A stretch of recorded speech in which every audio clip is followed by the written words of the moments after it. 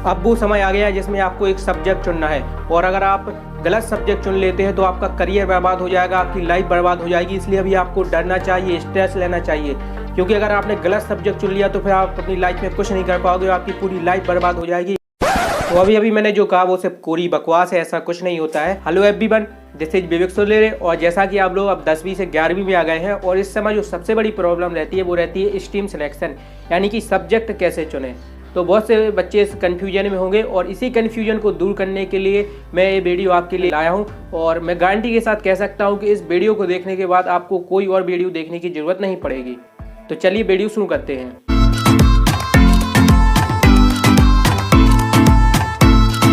तो यार मैंने देखा कि बहुत से बच्चे सबसे बड़ी गलती क्या करते हैं कि वो दूसरों को देखा देखी करते हैं कि यार दोस्त ने मैथ ले लिया, दोस्त ने कॉमर्स ले ली, दोस्त ने आर्ट ले ली, बुआ के लड़के ने मैथ ले ली, बुआ का लड़का ये कर रहा है वो कर रहा है। तो दूसरों की देखा देखी से ही सब्जेक्ट चुन लेते हैं, चाहे उनका इंटरेस्ट हो या चाहे ना हो। जैसे मान लीजिए किसी के बुआ के लड़के ने मैथ ले ली, अंकल के लड़के ने मैथ ले ली, तो वो सोचने लगते हैं अगर मैंने मैथ नहीं ली तो सोसाइटी मेरे बारे में क्या सोचेगी, अंकल मेरे बारे में क्या सोचेंगे, मुझे सब लोग कमज़ोर समझेंगे और ये समझेंगे कि मैं नालायक हूँ, गधा हूँ, यानी क्या क्या सोचने लगते हैं।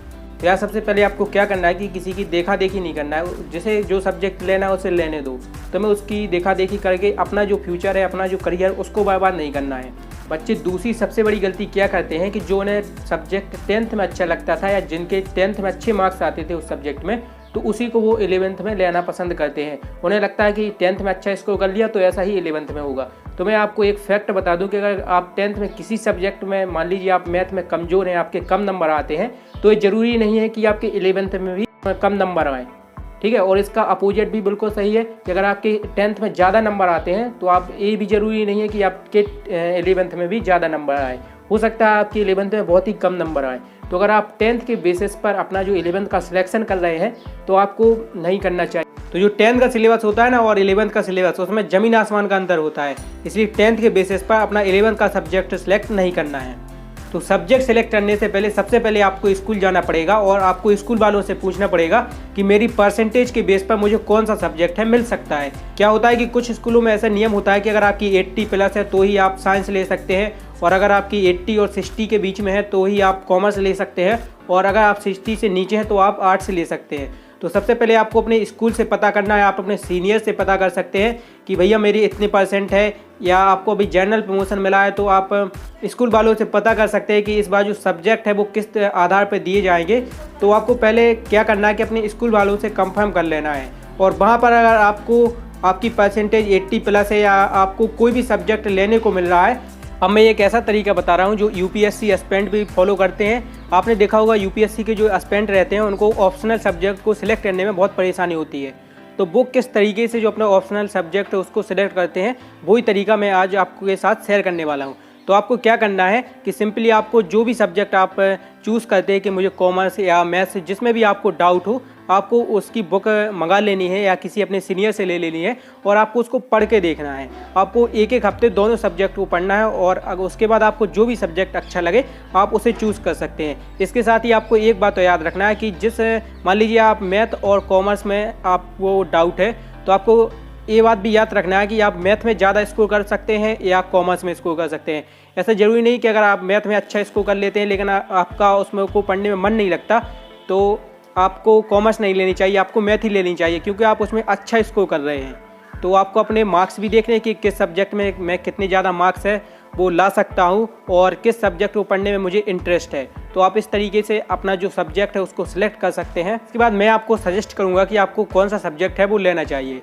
तो मैं आपको सजेस्ट करूंगा कि आपको साइंस ले लेनी चाहिए, क्योंकि दोस्तों आपको पता है कि आर्ट्स से आप कोई भी जॉब कर सकते हैं, और साइंस लेके भी आप कोई भी जॉब के लिए आप फॉर्म डाल सकते हैं, कोई भी डिग्री आप कर सकते हैं। लेकिन आप आर्ट्स और कॉमर्स लेकर इंजीनियर और डॉक्टर की जो पढ़ाई होती है वो नहीं कर सकते। लेकिन अगर आप मैथ्स से ले लेते हैं या साइंस से ले लेते हैं तो आप आर्ट्स के कोई भी जो डिग्री होती है वो आप कर सकते हैं।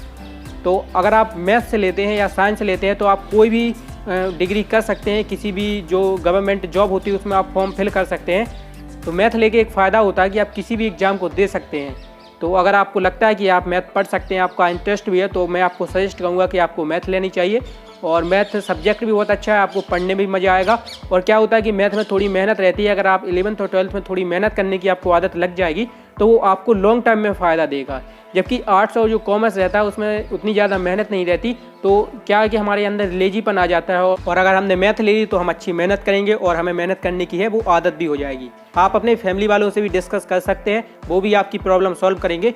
तो आपको क्या करना है कि अपने फैमिली वालों से डिस्कस कर लेना है, और मैंने जो वीडियो में आपको पॉइंट्स बताए, अगर आप उन पॉइंट्स को फॉलो कर पाएंगे तो आपको जो भी सब्जेक्ट आपको अच्छा लगे आप वो ले सकते हैं। इसमें कोई बड़ी बात नहीं है कि नहीं आपको यही सब्जेक्ट लेना चाहिए, जो भी आपका मन करे आपको आंख बंद करके उस सब्जेक्ट को ले लेना चाहिए। और अगर आपको वो समझ में नहीं आता तो आप उसे बाद में चेंज भी कर सकते हैं। ऐसी कोई ज़रूरी नहीं है कि अगर आपने एक बार ले लिया तो आपको दोनों साल ही पढ़ना पड़ेगा, 11th और 12th में। अगर आप 11th में वो सब्जेक्ट पढ़ते हैं तो आप 12th में भी चेंज कर सकते हैं, ऐसा कोई ज़रूरी नहीं है। तो आपके पास पर्याप्त टाइम रहेगा, जब भी आपको लगेगा कि मुझसे ये सब्जेक्ट नहीं पढ़ा जा रहा है या मैं इस सब्जेक्ट को नहीं पढ़ सकता तो आप चेंज कर सकते हैं। अभी आप कोई भी सब्जेक्ट चुन सकते हैं, आपको 1 महीने बाद अपने आप पता चल जाएगा कि आपके लिए कौन सब्जेक्ट है वो ठीक है और कौन सब्जेक्ट है जिसे आप नहीं पढ़ सकते। तो आशा करता हूँ इस वीडियो को देखकर आपकी काफ़ी सारी हेल्प हुई होगी, और इसी तरीके के और वीडियो देखने के लिए आप चैनल को सब्सक्राइब कर सकते हैं, जिससे हमारे आने वाली सारी वीडियो की नोटिफिकेशन आप तक पहुँच सके। वीडियो देखने के लिए बहुत बहुत धन्यवाद।